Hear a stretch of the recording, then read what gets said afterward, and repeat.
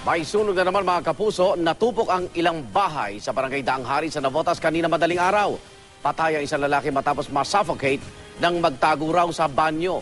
Nakatutok si Julius Segovia.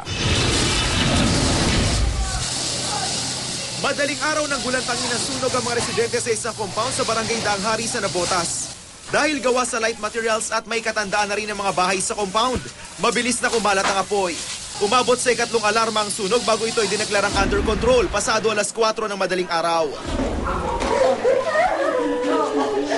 Halos pagsakluban ng langit at lupa ang mga kaanak ng nasawi sa insidente.